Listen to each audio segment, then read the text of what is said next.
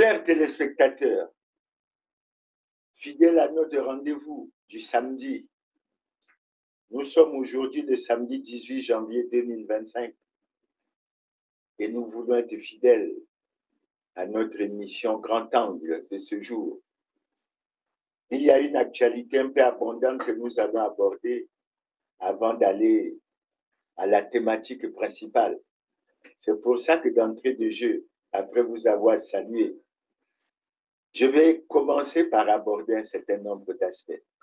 Le premier aspect que je vais aborder, c'est d'avoir une pensée à la fois pieuse et noble pour tous nos parents, tous nos frères, tous nos compatriotes qui ont été frappés par les pluies diluviennes qui ont eu lieu ces jours-ci, avec dans certains cas des morts. On reparle encore des érosions et on constate l'impuissance des gouvernants à venir à bout de ce problème. Mais il faut que nous agissions en termes de prévention.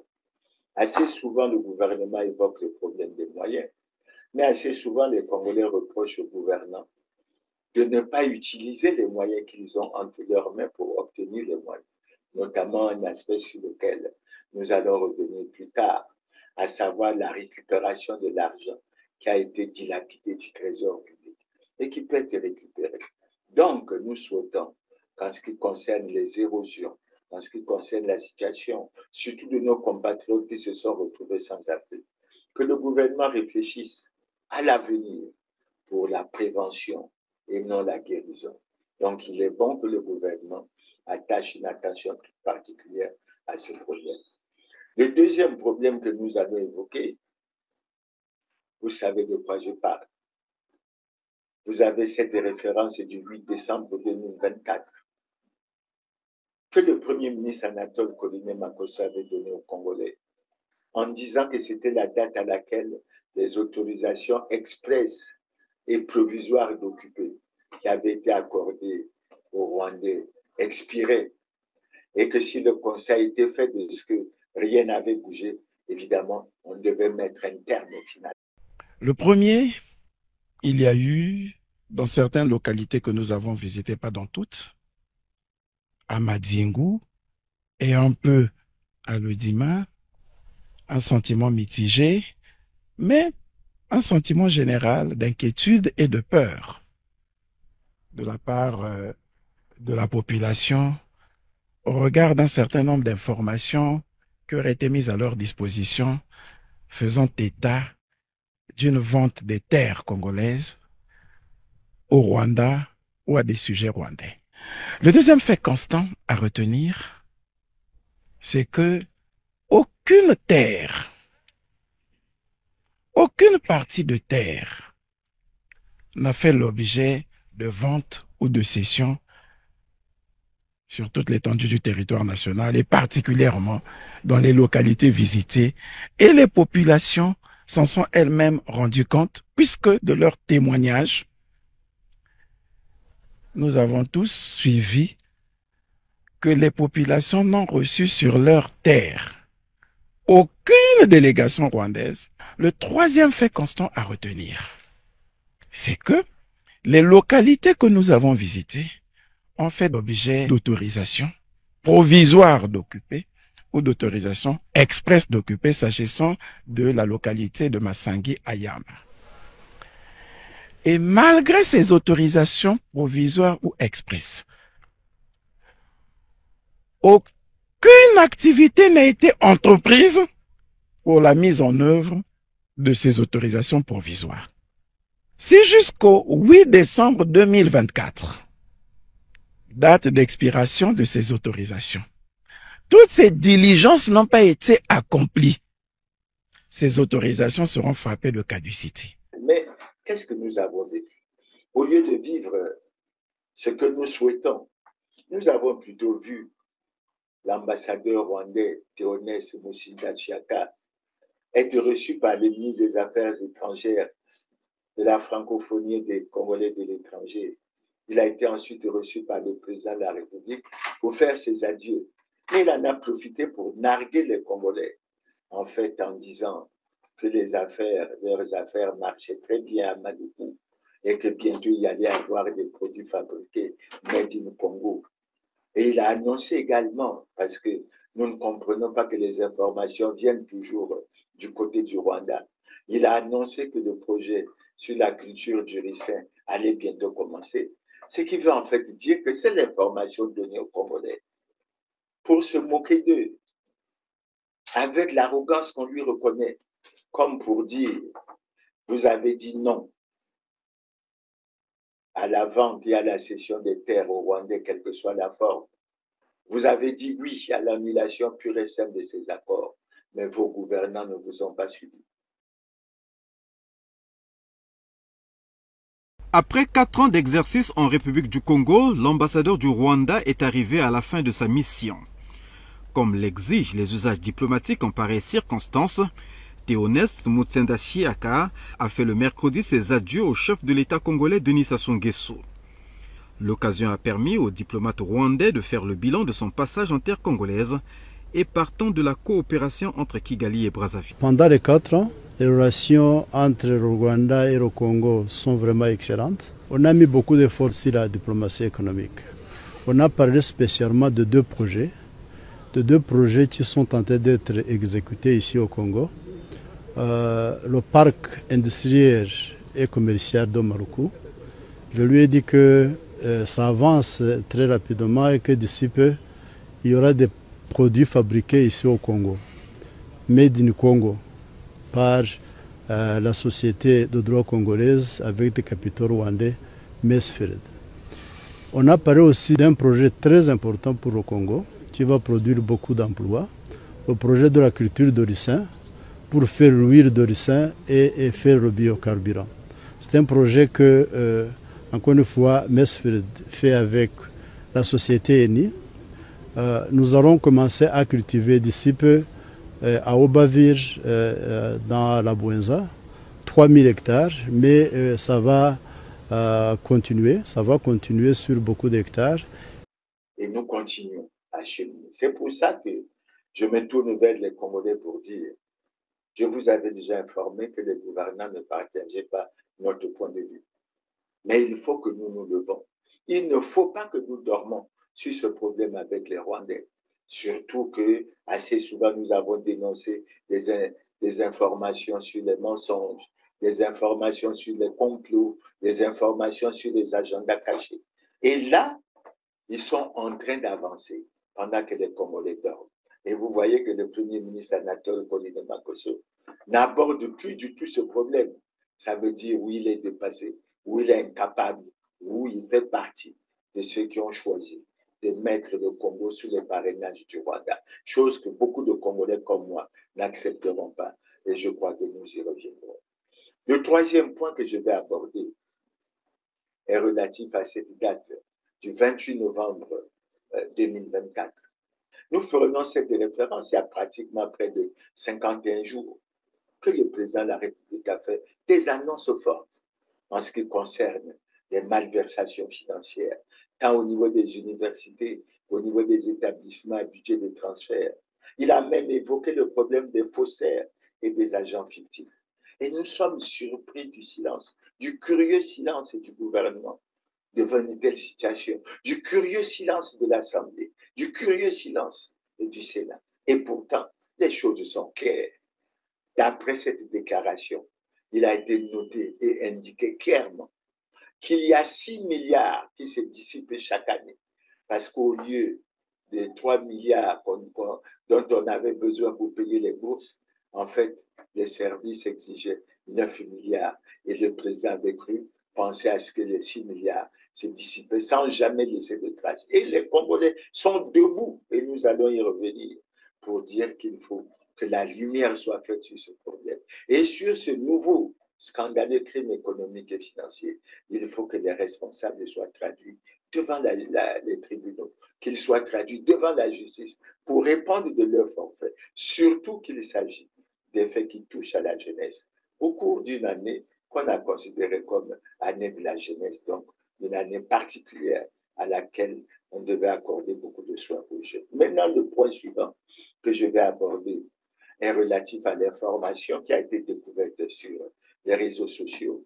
Cette information a été donnée à travers une publication du secrétaire général adjoint du CNR, du pasteur Toumi, information selon laquelle il a eu une rencontre quelque peu houleuse avec le conseiller politique du président de la République. En fait, je résume le message que le conseiller politique du président de la République lui a fait passer, c'est de dire qu'il y avait beaucoup d'opposants qui émergeaient au pouvoir, c'est-à-dire qui touchaient de l'argent. Ce qui conforte les Congolais dans ce qu'ils ont toujours dit, à savoir que parmi les acteurs politiques, il y en a qui se disent opposants le jour et collaborateurs la nuit. Et dans le message que le secrétaire général adjoint du CNR a fait passer, le conseil politique a dit qu'il fallait que certains opposants se tiennent prêts parce que s'ils ne respectent pas une certaine ligne de conduite, ils seront dénoncés publiquement. Mais en ce qui nous concerne, nous considérons que cette affaire est extrêmement grave. Surtout que dans les rangs de l'opposition, assez souvent, on parle d'unité.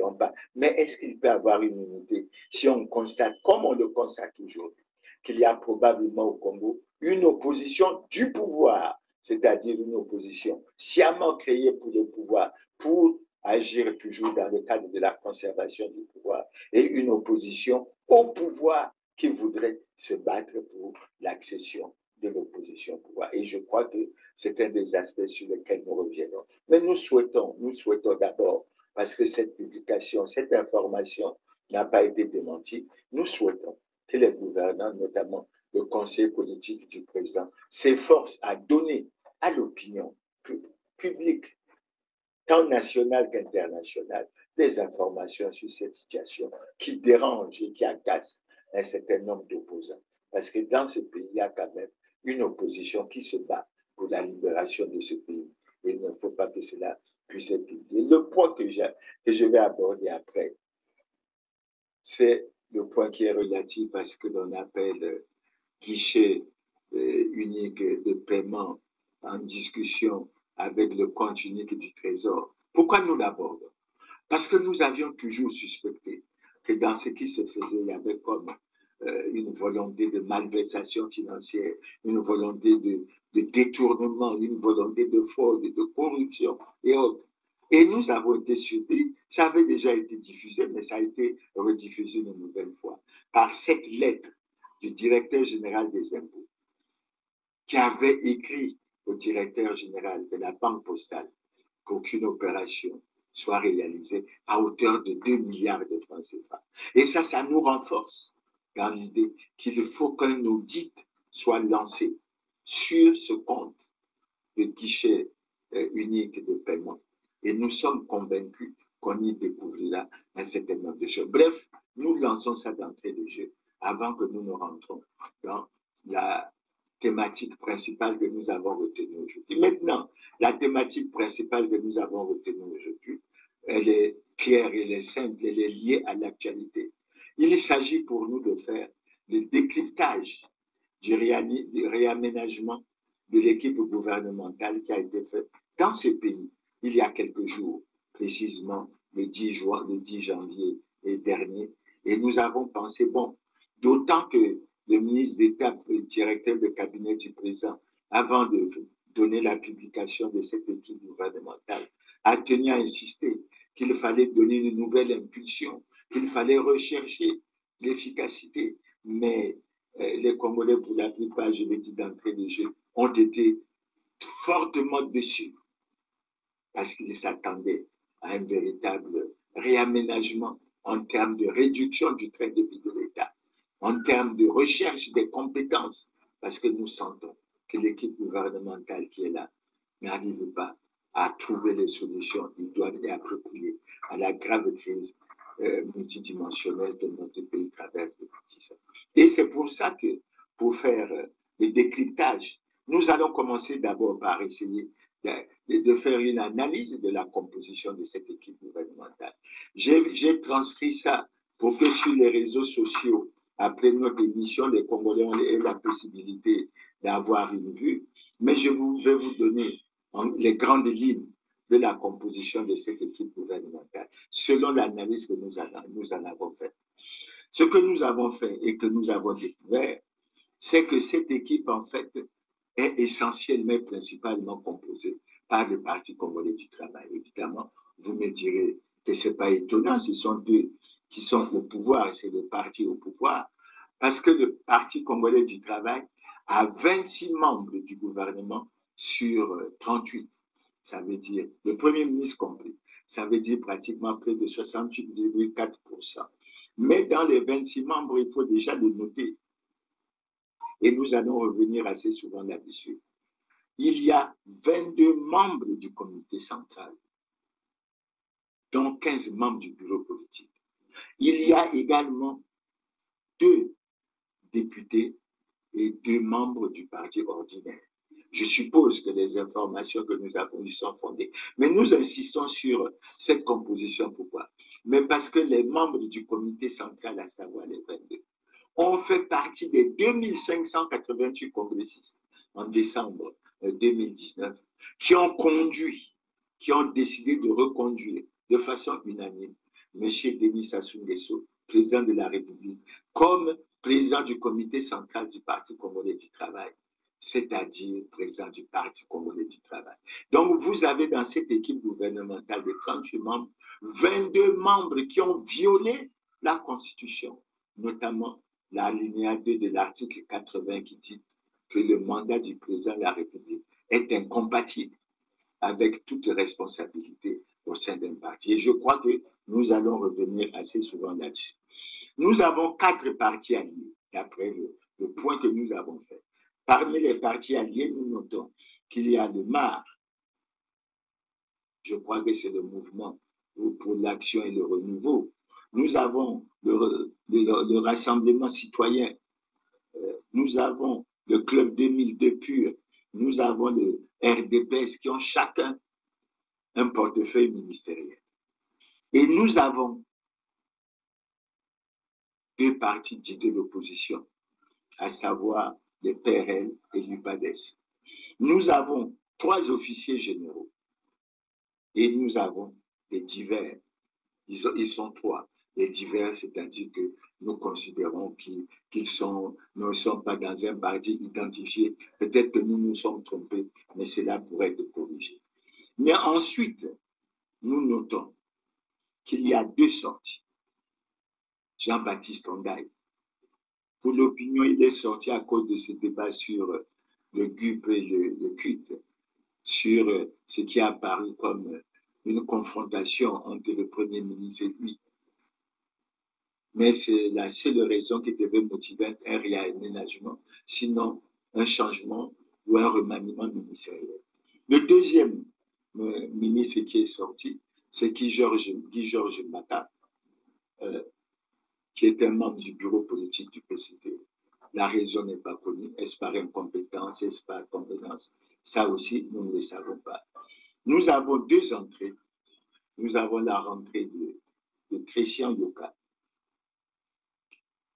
qui a été jusque-là un responsable à un niveau très élevé de l'Agence française de développement, qui apporte donc un certain renouveau. Mais dans un ministère des Finances où il faut reconnaître que depuis les 4 dernières années, il y a eu pratiquement 3 ministres. Et si on essaie d'évoquer le passé au niveau de ce ministère des Finances, on peut dire que de 2009 à 2016, c'est Gilbert Ondongo qui en a été le ministre. De 2016 à 2021, c'est Calixte Ganongo. De 2021 à 2022, c'est Roger Rigobert Andeli. Et de 2022, pratiquement à 2024, sinon depuis 2025, c'est Jean-Baptiste Ondaye. Et je crois qu'il faut relever également ce qui est connu par les Congolais aujourd'hui. Il faut le dire sans la moindre gêne. Christian Yoka est le fils d'Aimé Emmanuel Yoka, qui est suffisamment connu, qui a passé beaucoup de temps à plusieurs postes ministériels. Il faut aussi relever, c'est très important, qu'il fait partie de la famille directe du président Denis Sassou Nguesso. C'est un de ses cousins. C'est le fils de l'oncle du président de la République. Et nous le disons pourquoi? Parce que lorsqu'on regarde en détail la composition de cette équipe, on constate qu'il y a les fils, il y a les beaux-fils, il y a les cousins, il y a les neveux et d'autres parents. Et je crois que c'est une caractéristique dont on doit tenir compte quand on fait l'analyse, parce qu'il faut qu'on avance là-dessus. Maintenant, nous allons nous permettre de faire une certaine analyse aussi d'entrée de jeu sur le retour qui a surpris plus d'un Congolais, de Rigobert Mabundu, qui est connu, qui a été au ministère de l'Agriculture. Pourquoi le retour de Mabundu, de Rigobert Mabundu fait beaucoup parler de lui? Je vais vous donner une référence simple. Dans le message sur l'état de la nation en 2017, le président de la République avait déclaré que l'on avait débloqué des sommes importantes pour le secteur de l'agriculture, mais pour des résultats mitigés. Et immédiatement après ce message, le procureur de la République a instruit la Direction générale de la surveillance du territoire pour rechercher les raisons des dysfonctionnements qui avaient été constatés. Et la Direction générale de la surveillance du territoire a fait son travail, a mené son enquête et a abouti à la conclusion que les gens y avaient pris des prêts, y avaient pris de l'argent, sans jamais le rembourser. Et la Direction générale de la surveillance du territoire a même publié un communiqué où un délai était donné en 2018 pour dire que si les Congolais qui avaient pris de l'argent au niveau de la structure, le fonds de soutien à l'agriculture, ne remboursaient pas cet argent, ben, ils allaient être interpellés et être présentés au parquet. Depuis, personne n'a jamais été présenté au parquet. Mais la lumière n'a jamais été faite sur cette affaire. C'est d'autant plus important que dans une publication du journal Le Troubadour à l'époque, il estimait le montant des sommes qui avaient été débloquées à 114 milliards. Que cherche-t-on? Quel est le signe? Quel est le symbole que les gouvernants veulent nous donner aux Congolais? Est-ce un manque de respect pour les Congolais? Est-ce un manque de respect? Est-ce une volonté de ne pas être transparent? Est-ce une volonté de ne pas être dans la bonne gouvernance? On ne peut pas avoir ce genre de problème sur ce genre de situation, sur des sommes et aussi importantes sans que la lumière ne soit. C'est pour ça que beaucoup de Congolais ont été surpris en entendant le nom de Rigobert Mabundu en se disant, mais donc dans ce pays, il y a quelque chose qui ne va pas. Et je crois que pour les cadres, il est bon que les gouvernants ne se comportent pas de cette façon. Sinon, on a le sentiment qu'on jette de l'eau pauvre à tort ou à raison sur des cadres. Et c'est très malheureux. Mais il faut que les gouvernants sachent que pour les Congolais, la lumière doit être faite sur les malversations financières au fonds de soutien de l'agriculture. C'est un mauvais signe pour cette équipe gouvernementale. Aussi, après ce passage, mais avant de passer à d'autres points que je vais aborder dans cette rubrique, je dois signaler lorsqu'on regarde, je crois que plus tard, nous allons essayer de voir les affaires de la gestion clanique, les affaires de tribalisme. Je n'aime pas souvent regarder les affaires sous cet angle. Mais à ce niveau, quand on regarde les entrées et les sorties, on a le sentiment qu'il y a quelqu'un, Jean-Baptiste Ondaï, de la cuvette centrale qui est sorti et il est remplacé par quelqu'un de la cuvette centrale qui est Christian Yoka. Et on a quelqu'un de la Likwala, le ministre Guy Georges Mbaka qui est sorti. Finalement, ça a réduit le nombre de portefeuilles ministériels des ressortissants de la Likwala. Et on a vu l'augmentation au niveau de la Gonza, puisque la Gonza est passée d'un portefeuille ministériel à deux. Maintenant, pour avancer, nous avons également fait le point des changements de portefeuille. Je crois que ce remaniement ou ce réaménagement a donné plutôt lieu à un système de chaises musicales où les gens ont changé de poste. Grosso modo, j'aurais pu penser qu'il y a eu 9 changements de portefeuille, mais je crois qu'on peut s'appesantir sur 6 parce qu'il y a 3, en fait, où c'est vrai que les portefeuilles ont été revus, notamment chez le ministre de l'Intérieur qui a perdu l'aspect développement local, chez le ministre Jean-Jacques Bouya qui a perdu l'aspect entretien routier et chez la ministre Delphine Adouki qui a perdu l'aspect recherche scientifique et innovation technologique. Sinon, pour les autres, c'est véritablement des changements. Regardez Ingrid Babakash qui a quitté le plan, la statistique et l'intégration régionale pour les transports. Regardez Ludovic Ngatse qui a quitté Et finalement, ces problèmes de GUP et de GUP et de culte pour aller maintenant l'économie au plan. Donc, à vrai dire, moi, je suis tenté de dire qu'il y a véritablement 6 changements réels de portefeuille. Et les autres, c'est des aménagements qui peuvent être acceptés. Maintenant, ça nous a permis de nous pencher sur un aspect sur lequel les Congolais reviennent souvent. C'est la durée de présence moyenne d'un ministre au gouvernement congolais. Et nous avons essayé de faire le calcul. Je crois que nous sommes arrivés à une durée moyenne pour les ministres congolais de 10 ans. Mais je dois donner l'information aux Congolais qu'il y a 4 ministres qui ont plus de 20 ans au gouvernement au Congo. Le ministre qui a la durée la plus longue est au gouvernement depuis 1997. Figurez-vous, 1997. Il y a 5 ministres qui ont eu une présence au gouvernement entre 15 et 20 ans. Il y a 5 ministres qui ont eu une présence au gouvernement entre 5 et 10 ans. Et vous avez 14 ministres qui ont une durée, enfin, qui ont une présence au gouvernement inférieure à 5 ans. Mais la moyenne donne une durée à ce niveau de près de 10 ans. Et je crois que c'est l'un des aspects qu'il faut essayer de voir et qu'il faut essayer de suivre. C'est pour ça que je me permets de faire un certain nombre de commentaires. Le premier commentaire que je fais, c'est qu'aujourd'hui, les Congolais savent que tous les membres du PCT et tous les membres du gouvernement savent que le PCT n'est pas en conformité avec la loi et que le président de la République est en situation délicate et manifeste d'incompatibilité constitutionnelle. Et l'une des tâches que ce gouvernement devrait faire, c'est œuvrer pour respecter la Constitution ou la faire respecter, parce qu'il y a véritablement un problème qui doit être vu. Et je crois que c'est un des aspects qui gêne les Congolais, parce qu'on ne peut pas, soi-disant, changer de constitution pour faire évoluer les institutions et dans la pratique, mener des démarches pour la violer dans l'impunité totale. Et c'est une chose qui n'est pas normale. Et on se présente aux Congolais et à l'opinion nationale et internationale comme des gens qui sont en conformité avec la loi. Cependant, est vrai le fait que jamais je ne pourrais accepter que la Constitution soit violée. Et ça, c'est véritablement génial. Le deuxième aspect que je vais évoquer à ce niveau, des passations de services ont eu lieu. Ça veut dire que nous faisons constater aux Congolais que les passations de services ont eu lieu en violation toujours des lois et règlements de la République, particulièrement de la Constitution. Pourquoi?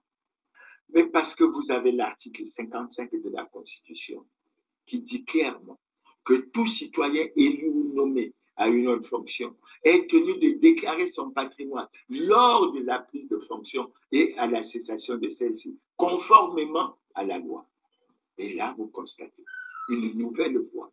Mais en fait, depuis 2002, aucun gouvernant, aucun acteur politique, aucun responsable administratif n'a daigné déclarer son patrimoine conformément à la loi. Et cet aspect est très grave, parce que j'ai relu le programme d'action gouvernementale qui avait été présenté par Anatole Kolina-Makosso, et il disait à ce sujet que plus qu'une preuve de transparence, mais que la déclaration du patrimoine est véritablement une preuve de bonne gouvernance, de transparence, de lutte contre la corruption et de lutte contre l'enrichissement illicite. Vous voyez bien que ce gouvernement déjà emporte à feu dès sa rentrée avec les situations que nous connaissons et, à notre avis, c'est véritablement dommage. Maintenant, l'autre aspect sur lequel nous allons nous pencher, c'est la situation de l'opposition.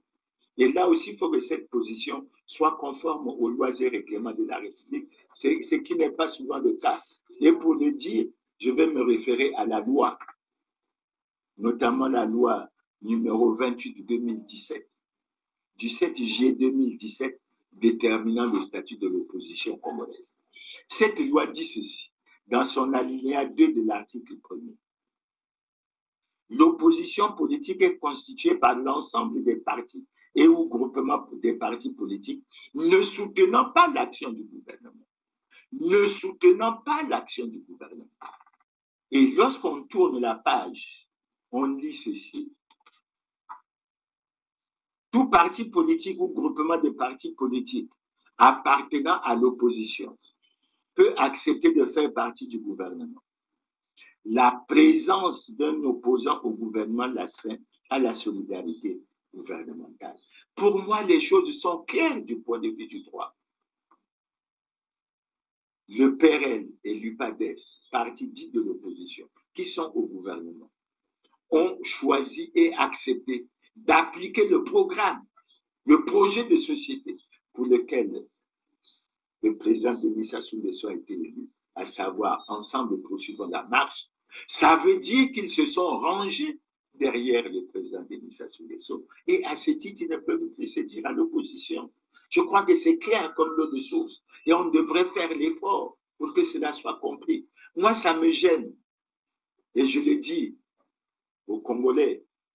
Lorsqu'on me dit que Tsatima Bialé est chef de file de l'opposition, je dis que c'est la ruse du Parti congolais du travail pour toujours avoir de l'influence. Et ça me fait penser à ce que le conseil politique du président de la République a déclaré au secrétaire général adjoint du Conseil national, du CNR, à savoir qu'il y a des opposants qui touchent des traitements au niveau de la présidence, qui se disent opposants, en fait, qui sont là pour torpiller l'opposition en faveur du pouvoir. Et il faut que ça soit réglé, parce que ça montre clairement qu'il y a une opposition du pouvoir et une opposition au pouvoir. Et je crois que cette situation devrait pouvoir être réglée. Maintenant, nous allons passer, après avoir fait ce commentaire, nous allons passer à un aspect plus intéressant.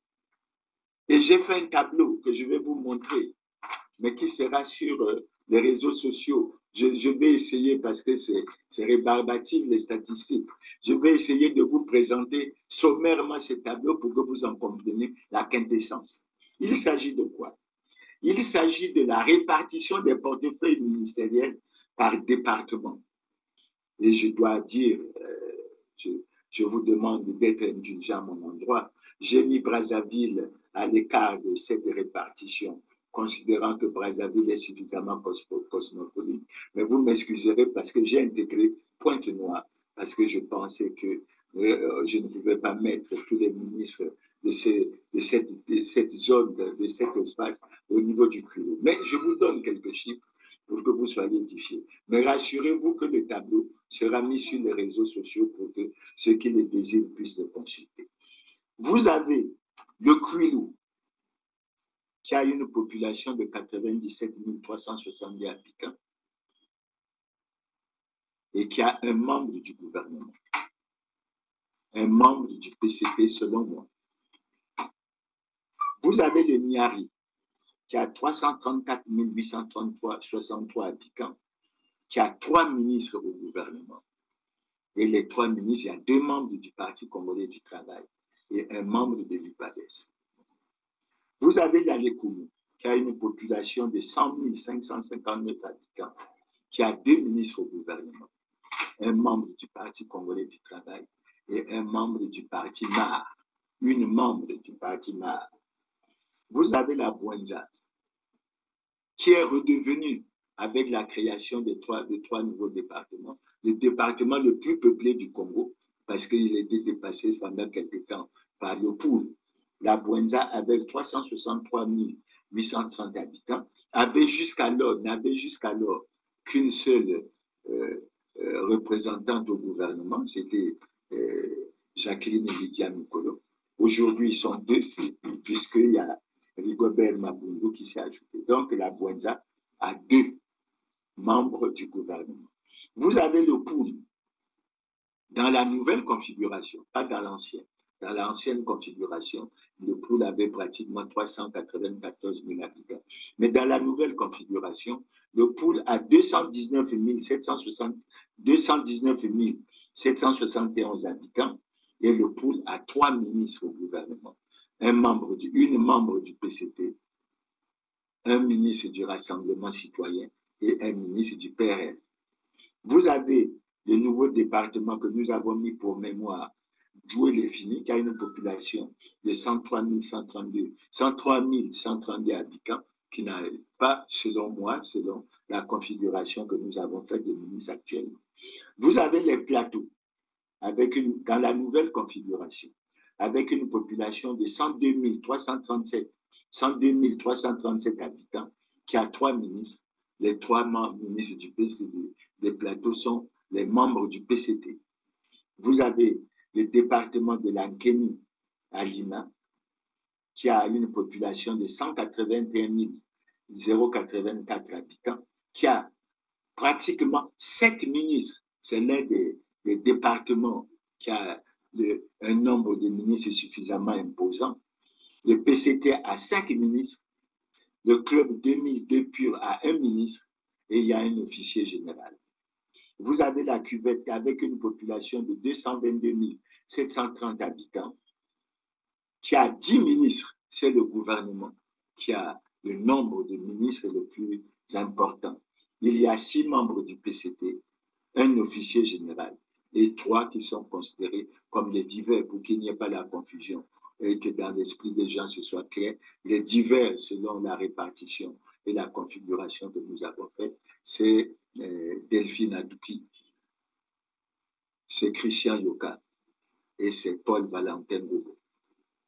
Vous avez ensuite le département Congo-Ubangi, qui a une population de 124 010 habitants, qui pour moi a 2 ministres. D'aucuns peuvent se dire quels sont les 2 ministres. Mais on y a positionné, c'est par le fait aussi l'analyse d'un certain nombre d'éléments. On y a positionné Madame Olga Ingrid Ebuka Babakas et Madame Lydie Pongo.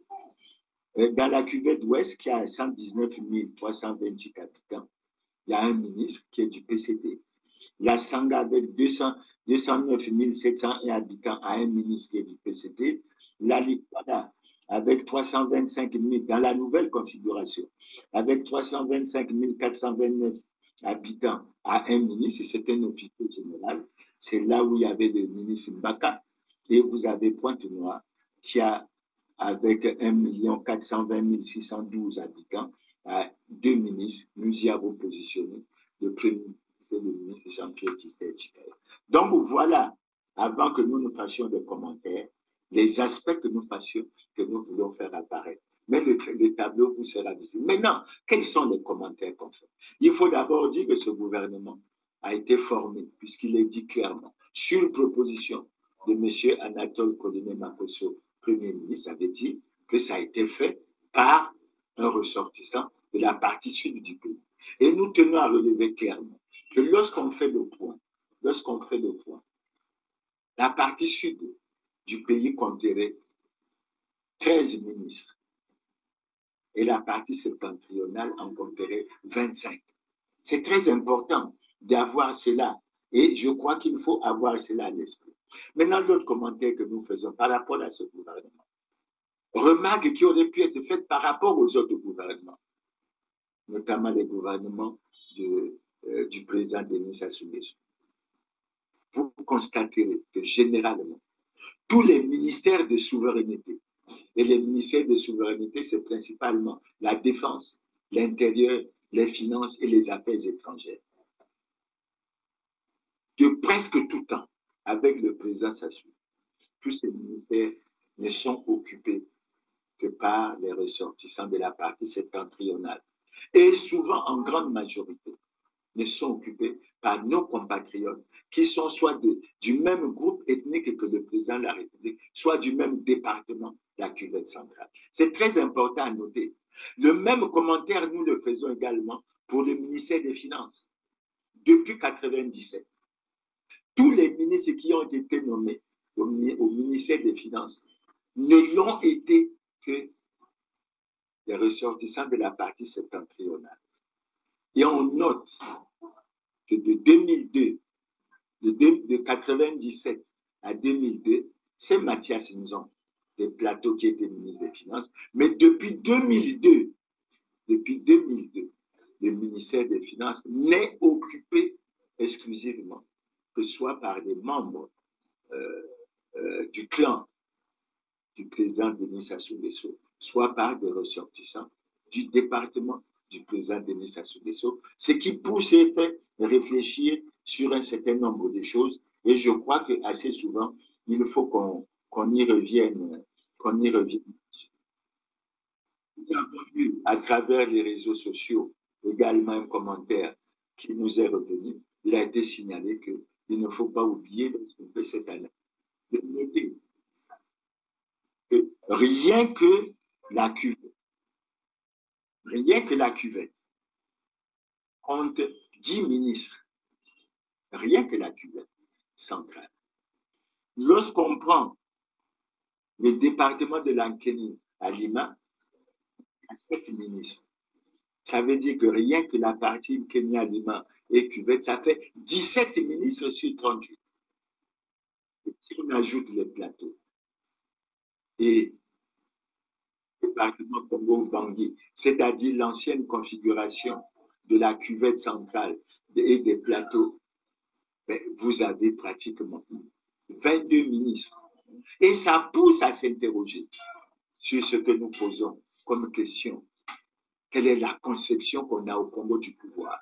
On a le sentiment que lorsqu'on va aux élections, on tient compte de tous les Congolais. Et lorsqu'on est élu, ben c'est les membres soit du groupe ethnique du président, soit du même département que lui, qui mettent en exergue, et ce sont eux qui sont au pouvoir. Et les gouvernants le traduisent dans les faits.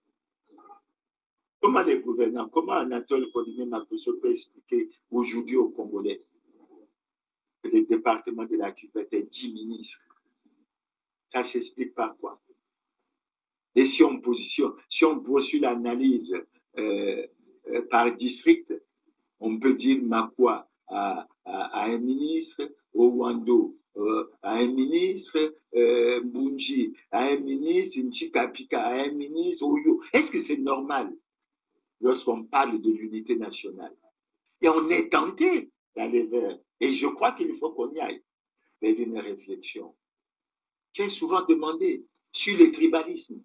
Parce que cette affaire de gestion cardée nous pose énormément beaucoup de problèmes. Je me rappelle, quand j'étais très jeune, à l'époque où nous parlions de ce que l'on appelait le coup d'État du 22 février, avec ce que les partisans du 22 février exhibaient assez souvent, c'est-à-dire l'opimétrie. Benjamin Tungamani sur Congo Liberty, il y a eu une conférence sur l'opimétrie à laquelle vous avez pris parti. En tout cas, vous étiez l'un des organisateurs de cette conférence-là avec le doyen Pierre Ebunji, que je salue. On a quand même l'impression que vous êtes en train de nous vendre un monde qui n'existe pas, en tout cas idyllique. Dans cette conférence-là, on a parlé d'Ange Diawara, d'Ikoko. Est-ce que c'est pas... Voilà, ça fait partie de l'histoire congolaise, mais est-ce que vous n'êtes pas là en train de nous vendre un monde finalement idyllique? Non, un monde idyllique, non, pas du tout. Hein. Je suis très responsable, je ne suis vraiment pas naïf. Non, déjà, il n'y avait pas que M. Tungamani ou M. Ibundi. Hein. Il y avait également beaucoup de gens de M22, il y avait M. Bidunga, il y avait M. Matondo. C'est-à-dire que c'est très intéressant.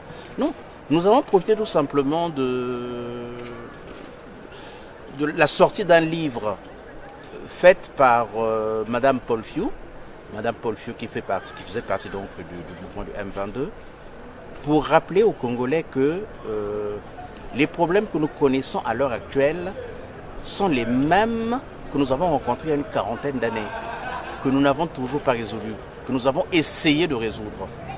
Donc de temps en temps, quand on va dans l'histoire, c'est pas pour voir le côté mirifique de l'histoire, non.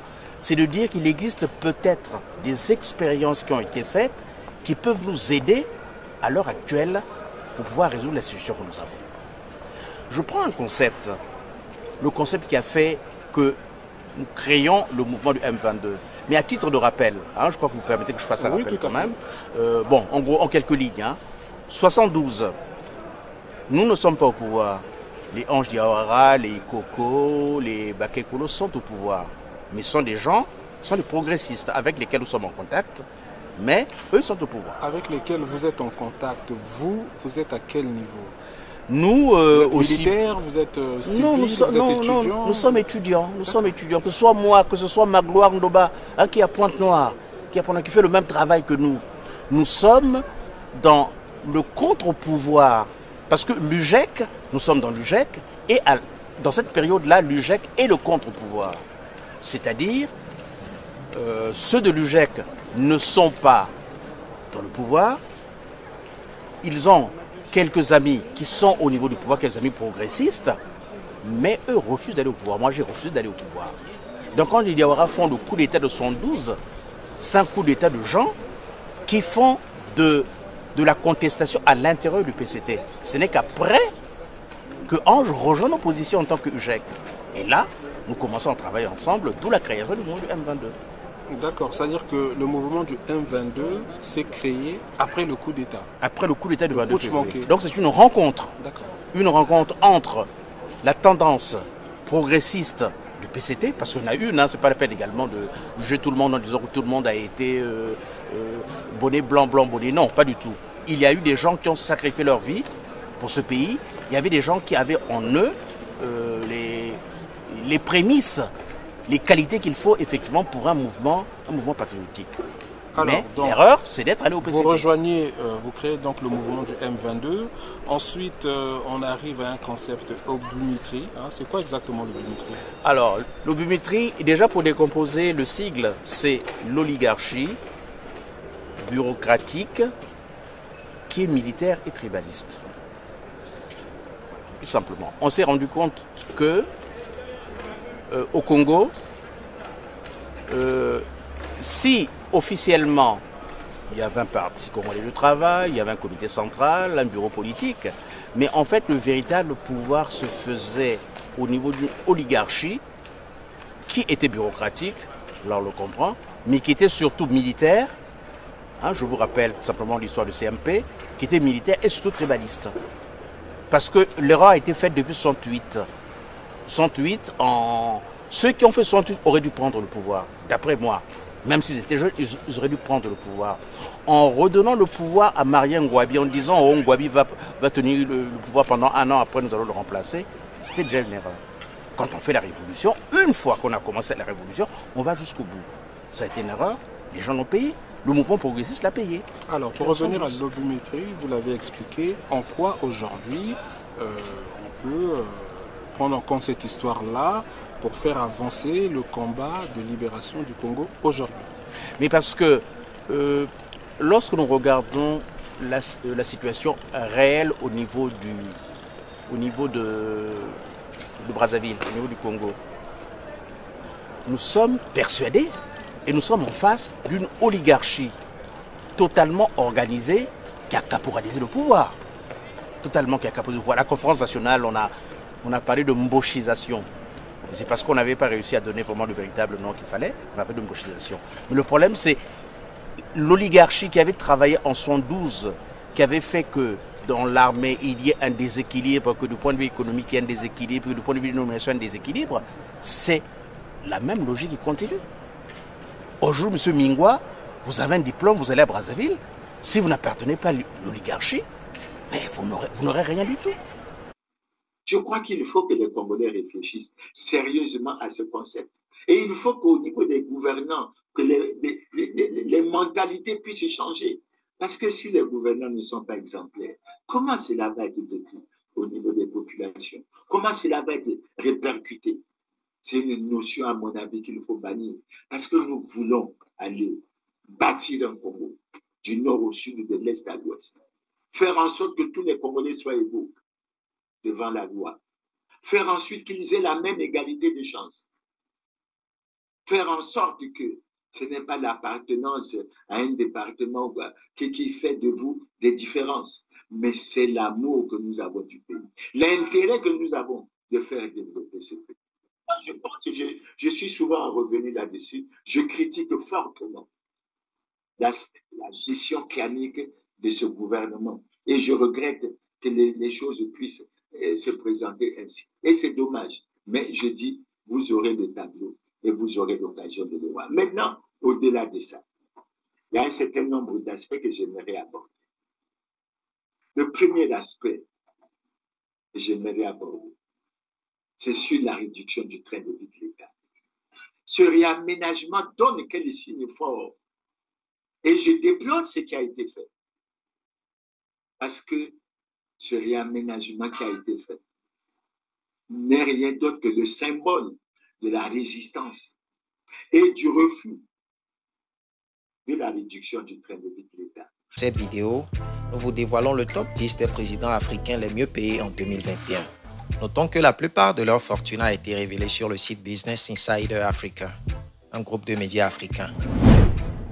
Numéro 1, Paul Biya, Cameroun, 620 996 $. Dans son dernier classement des présidents les plus riches d'Afrique en 2021, Business Insider a révélé que le président camerounais était en tête avec plus de 620 000 $ de salaire annuel. Paul Biya gagne donc un salaire mensuel d'environ 29 millions de francs CFA, un salaire qui lui permet de se hisser à la tête du classement des présidents les plus riches d'Afrique en 2021. Il faut rappeler que Paul Biya est le deuxième chef d'État du Cameroun.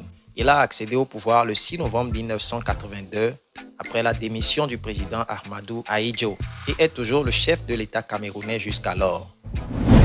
2. Le roi Mohamed IV, Maroc, 488 604 $. Le roi du Maroc vient en deuxième position de ce classement des présidents les plus riches d'Afrique en 2021. Il est payé à plus de 400 000 $ par an. Mohamed IV est le 23e monarque de la dynastie alaouite et le 3e à porter le titre du roi du Maroc depuis le 23 juillet 1999. 3. Ali Bongo, Gabon. L'héritier du clan Bongo serait aujourd'hui à la tête d'une fortune personnelle estimée à 275 millions de $. Mais d'après les révélations du site français Mediapart, le clan Bongo détiendrait des comptes offshore, hébergés discrètement dans plusieurs pays à l'étranger, dont les USA et plus particulièrement la France. À cet effet, Ali Bongo serait aujourd'hui à la tête d'une fortune qui pèserait plusieurs centaines de milliards de francs CFA, alors que son salaire en tant que président reste inconnu de tous officiellement. 4. Cyril Ramaphosa, Afrique du Sud, 223 500 $. Matamela Cyril Ramaphosa est un homme d'État sud-africain, président de la République d'Afrique du Sud depuis le 14 février 2018. Syndicaliste et homme d'affaires, il est classé 4e de ce top 10 des présidents africains les mieux payés en 2021 avec un salaire de plus de 200 000 $ par an. 5. Uhuru Kenyatta, Kenya, 192 200 $. 5e de ce classement avec un salaire annuel de plus de 190 000 $, Uhuru Kenyatta, né le 26 octobre 1961 à Nairobi, est un homme d'État kenyan, président de la République depuis le 9 avril 2013. 6. Yoweri Museveni, Ouganda, 183 216 $. Yoweri est un homme d'État ougandais, président de la République depuis 1986. Il est actuellement l'un des plus anciens dirigeants au pouvoir en Afrique et dans le monde. Yoweri occupe la 6e place de ce top 10 des présidents africains les mieux payés avec un salaire de plus de 180 000 $ par an.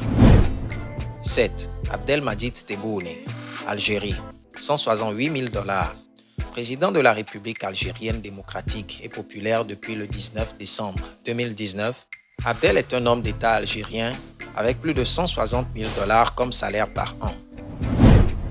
8. Teodoro Obiang, Guinée équatoriale, 152 680 $. On retrouve à la 8e place de ce classement Teodoro Obiang, président de la République de Guinée depuis 1979.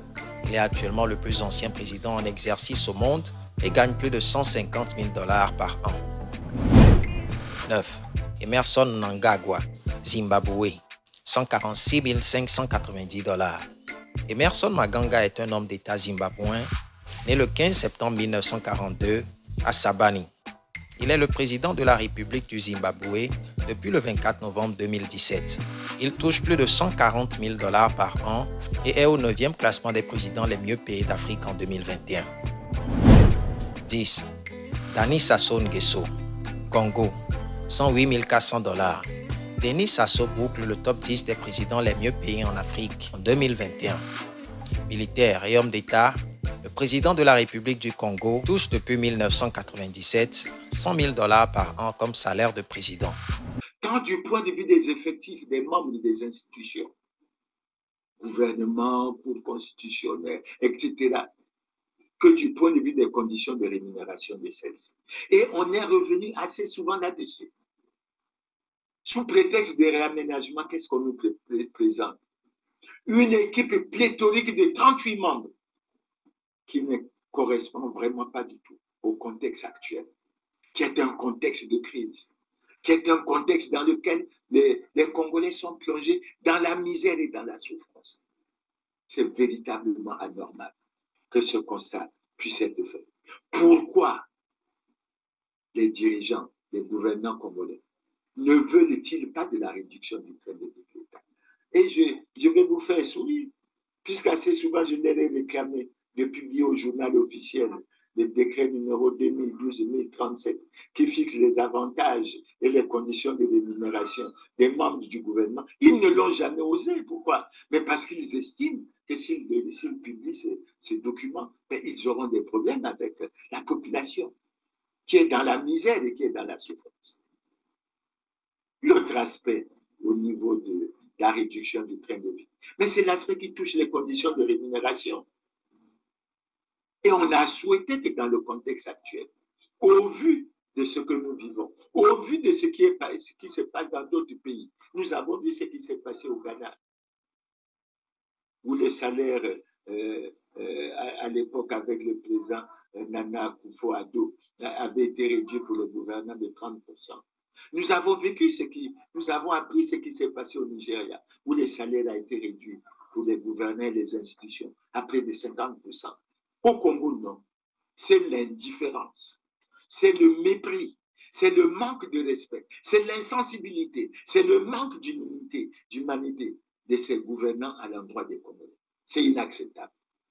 Et je vous en donne quelques exemples. Je vous les ai déjà donnés. Le premier ministre congolais gagne pratiquement 25 millions de francs CFA, pratiquement 38 000 euros par mois. Il gagne par jour 833 333 francs, pratiquement 1270 euros par jour, pratiquement le SMIC français par jour, alors que le SMIC venait d'être placé à 70 400 francs, c'est-à-dire 107 euros par mois pour le SMIC. Et par jour, celui qui touche le SMIC touche 2350 francs, c'est-à-dire de 3,60 euros. Est-ce que vous vous imaginez de cet écart? Est-ce que c'est normal que les gouvernants puissent se comporter de la sorte? Et on constate avec ça que le premier ministre congolais, je ne connais pas les salaires du président, j'ai entendu certains internautes dire que c'est 100 millions, mais je n'ai aucun élément qui me permette de confirmer ça. Et on peut dire, tout en étant gêné, que le premier ministre congolais gagne plus que le président américain, qui lui gagne près de 20 millions de francs CFA par mois. On peut dire que le premier ministre congolais gagne plus que le président français, qui touche, me semble-t-il, près de 10 millions de francs CFA. Le premier ministre congolais gagne plus que le double du salaire du président français. Pendant ce temps, le président chinois, chez qui nous courons tous maintenant pour pouvoir avoir de l'aide et nous sortir de la situation de sous-développement dans laquelle nous nous trouvons. Le président chinois gagne 1,50 million francs. Le président Poutine gagnerait un peu moins de 7 millions de francs CFA par mois. Le premier ministre indien toucherait 1,450 million francs CFA par mois. Est-ce que c'est normal? Est-ce qu'on peut, pendant autant de temps, rester aussi insensible à une telle mesure, alors que la majorité de la population croupit dans une misère et dans une souffrance indescriptible, pendant que les étudiants n'ont pas de bourse, pendant que les hôpitaux sont dans la situation dans laquelle ils se trouvent, Et après, sans gêne, ce gouvernement vient de dire, il n'y a pas d'argent dans les caisses de l'État, il faut le renflouer. Non seulement ils ne veulent pas réduire le train de vie de l'État, mais ils ne font rien. Ils ne font rien pour renflouer les caisses de l'État à travers une lutte efficace et âpre contre la corruption et autres. Et c'est véritablement dommage. C'est pour ça que je dis, l'un des signes de ce réaménagement gouvernemental, c'est le refus de la réduction du train de vie de l'État. Et c'est véritablement dommage. C'est triste. L'autre aspect, au-delà de la réduction du train de vie, mais c'est l'enrichissement illicite. Tout le monde sait que tout le monde s'enrichit. Aujourd'hui, prenez tous les membres de ce gouvernement. Prenez les différents cas des scandaleux crimes économiques et financiers que nous connaissons. Que ce soit les 14 000 milliards d'excédents budgétaires, que ce soit les malversations financières au fonds de soutien à l'agriculture, que ce soit les révélations faites par les Panama Papers, selon lesquelles 6 Congolais détiendraient 5 500 milliards dans les paradis fiscaux. Que ce soit la révélation faite comme quoi de l'argent a été débloqué pour une route imaginaire de 137 km. Que ce soit le Figagate, que ce soit le détournement de la somme de 160 milliards de francs CFA au ministère de la Santé et de la Population pendant la période de 2020 à 2022. Et je peux citer, vous avez d'autres cas qui ont été révélés par le président de la commission de lutte contre la corruption à l'époque, Lamine Guélé. Ou présentement, vous avez des dossiers détenus par le président de la haute autorité de lutte contre la corruption, qui a fait une déclaration le 9 décembre 2023 et qui ne veut plus y revenir. Tellement c'est gênant. Mais est-ce qu'on peut aller loin? Puisque le président de la République lui-même, lorsqu'il était à l'opposition, a au cours d'un meeting déclaré en Lingala, que je les connais tous, je peux les prendre un à un, les mettre devant moi et dire, je t'avais placé là, tu as volé et tu as fait ceci. Donc le président de la République les connaît. Nyanya soki ezalaka te mokonzi te bango moko na moko na moko nakoki kotelemisa boye nalobi yo ozalaka boye osalaka boye oyibaka awa. Mais figurez-vous que dans cette équipe gouvernementale, il y a beaucoup de pesanteurs, beaucoup de soupçons de détournement qui tombent sur la tête de plusieurs de ses membres. C'est vrai qu'il y a la présomption d'innocence, mais ça ne veut pas dire qu'on peut rester silencieux. Et tous les responsables de ces scandaleux crimes économiques et financiers ne sont nullement inquiétés. Au contraire, ils sont protégés. Ils se promènent tranquillement, ils font tout ce qu'ils veulent, etc. Quel est le signe, quel est l'autre symbole de ce réaménagement? C'est de rapporter à la population. Mais la population l'a compris. Ils ont voulu dire, nous sommes là, nous nous enrichissons. Nous vous enfonçons dans la misère et dans la souffrance. Nous sommes là. C'est le droit de la force, pas la force du droit. Et vous nous écoutez. Et ça me fait sourire. Lorsque j'ai suivi le président de la République parler dans son discours des vœux du 31 janvier, parler d'un dialogue constructif. Le dialogue constructif ferait quoi? C'est ça qui ferait qu'on se mette à récupérer l'argent qui a été dilapidé du trésor public. C'est ça qui ferait qu'on aille à la réduction du train de vie de l'État.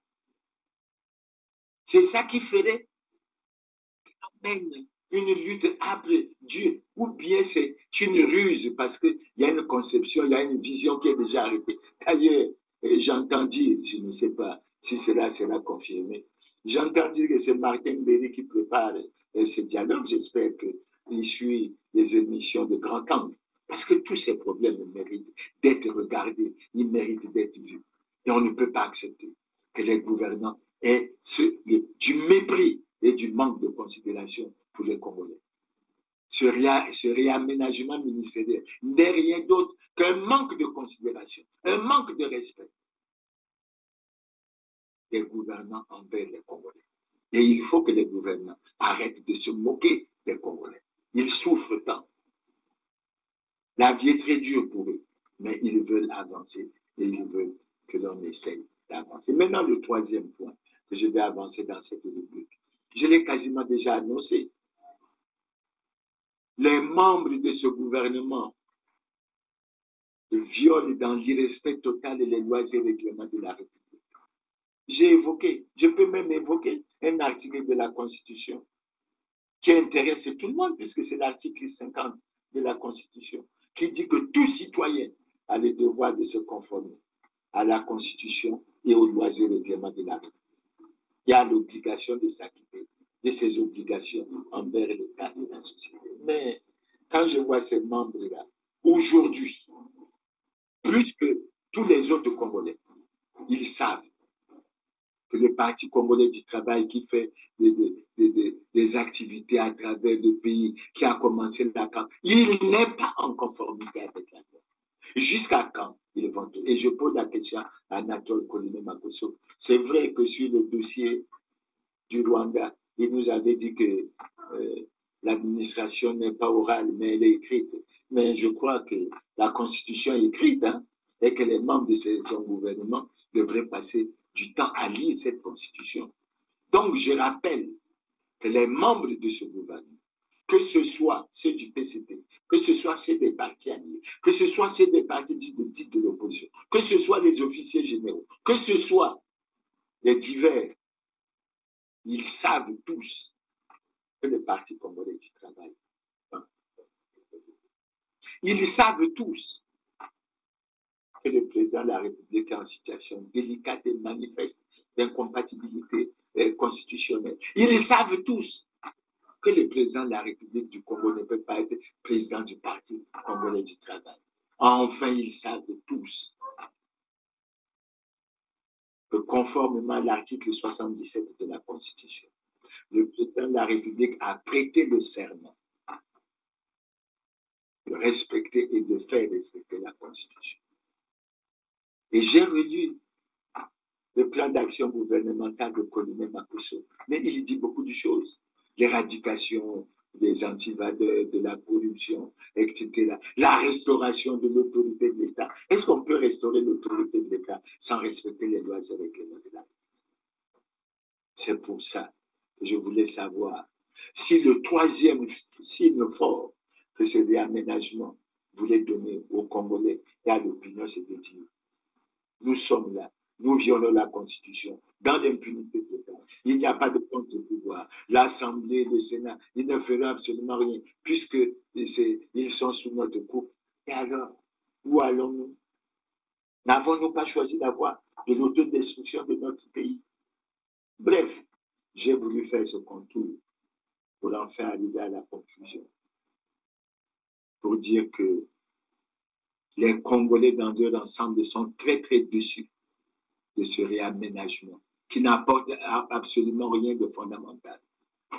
Ils ont profité du conflit qui a opposé Jean-Baptiste Ondaye au Premier ministre pour, semble-t-il, régler le problème à Jean-Baptiste Ondaye, régler également le problème à Guy-Georges Mbaka. Mais ce n'est pas ça qui est le résultat fondamental du problème. Le problème ne sera résolu que lorsqu'on aura conscience, Congolais et gouvernants, qu'il nous faut l'amour de ce pays, qu'il nous faut travailler, que le vol ne doit pas être autorisé, que la corruption ne doit pas être autorisée, que les violations des lois et règlements de la République ne doivent pas être autorisées. Oh oui. Il y a comme une lueur sur laquelle les Congolais tombent. Compte plutôt.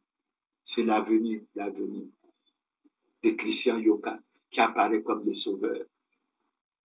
J'ose espérer que le système lui laissera les mains libres pour travailler convenablement. Parce qu'il s'agit bien d'un système. Vous avez bien vu qu'au cours des 4 dernières années, il y a eu 3 ministres des Finances. Ça veut dire qu'il y a quelque chose qui ne va pas du tout. Est-ce que Christian Yoka aura les moyens? On a profité du conflit entre le GUP et le culte pour soi-disant les réaménagements. Mais les autres aspects, comme les détournements, les vols, ça ne vous préoccupe pas. Comment vous allez renflouer les caisses de l'État si vous ne vous en prenez pas à ces mots, à ce que vous appelez vous-même les antivaleurs. Bref, je vais terminer mon propos en disant, je suis très sceptique en ce qui concerne ce réaménagement. J'ai essayé de vous donner un certain nombre d'informations. J'ai fait une répartition des portefeuilles par département. Elle peut être critiquable, elle peut être critiquée, elle peut être améliorée. Mais du point de vue des tendances, la situation est bien celle-là. Le Congo va mal, très mal. Et les Congolais ne sentent pas à travers les gouvernants, surtout à travers le réaménagement qui a été fait, la volonté des gouvernants et des dirigeants de ce pays de sortir ce pays de la crise. Mais qu'ils prennent conscience que cette année, les Congolais veulent toucher leur salaire de façon concomitante. Retraités, boursiers, étudiants, ces fonctionnaires, que nous touchons nos salaires en même temps. Ne venez plus nous raconter, à travers ce gouvernement de Koulibaly, ne venez plus nous raconter que vous n'avez pas d'argent et que vous n'arrivez pas à renflouer les caisses de l'État. Prenez le courage de lutter contre la corruption. Prenez le courage de réduire le train de vie de l'État. Prenez le courage de réduire les effectifs au niveau des institutions de la République. Et nous pourrons avancer clairement. Donc nous disons, au moment où on parle de l'élection, je ne sais pas dans combien de temps, au moment où il y a des bruits qui parlent, soi-disant d'un dialogue constructif, on ne sait pas ce que c'est là. Mais il ne faut pas, parce que quand je prends le cas du Rwanda, à quoi servirait le dialogue consultatif si on ne tient pas en compte le point de vue des Congolais? Et là, les Congolais ont dit non, mais les gouvernants continuent. Est-ce que c'est sérieux? Est-ce que c'est sincère?